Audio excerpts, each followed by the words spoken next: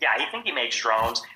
They're Sorry, deeply from connected. Facebook, he created Oculus, which was acquired by Meta, so that's a little bit of... This is a separate thing, and he was actually ousted from Facebook. Yeah, he was ousted from Facebook because of his political how did he get opinions. ousted if he wasn't there? My dude, he wasn't at Facebook from the way that you're describing it, as if he was just a worker there. No, he was literally part of the company. It's Oculus, which got acquired by Meta, basically Facebook effectively. I know, but he actually got fired because of his political views, and his political views was supporting Donald Trump. And I know that story, but it's like that's how they're all. He's doing Anduril, which is a defense company. Yes, and Anduril is backed by Teal. Okay, and so people like that. And Oculus, who invested in Oculus? Andreessen Horowitz.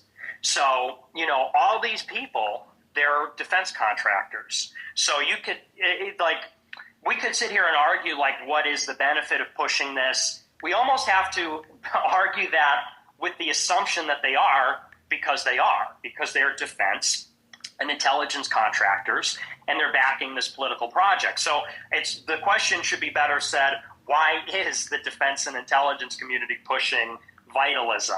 That's actually the right question, because whether they are or not, it's a factual matter. You could Google it or ask ChatGPT. It's there. So I think the reason Yeah, but what's the problem with people investing in something that they believe has profit in the future, like it yields profit? I mean, if, for instance, I would have the opportunity to invest in Anduril, and I had the money to do so, I would do it, actually. Because it's a very interesting project, and I think it is, important for, warfare in general. Warfare in general means, defending the thing that you have, which is, a nation. So, why wouldn't you invest in it? I don't understand. How is that a bad thing?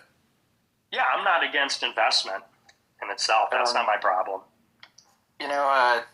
This comes back to what I mentioned about conspiracy hermeneutics, where you can take all these chains of information and interpret it in different ways to form a narrative, but you're projecting also, the narrative you're looking for onto it.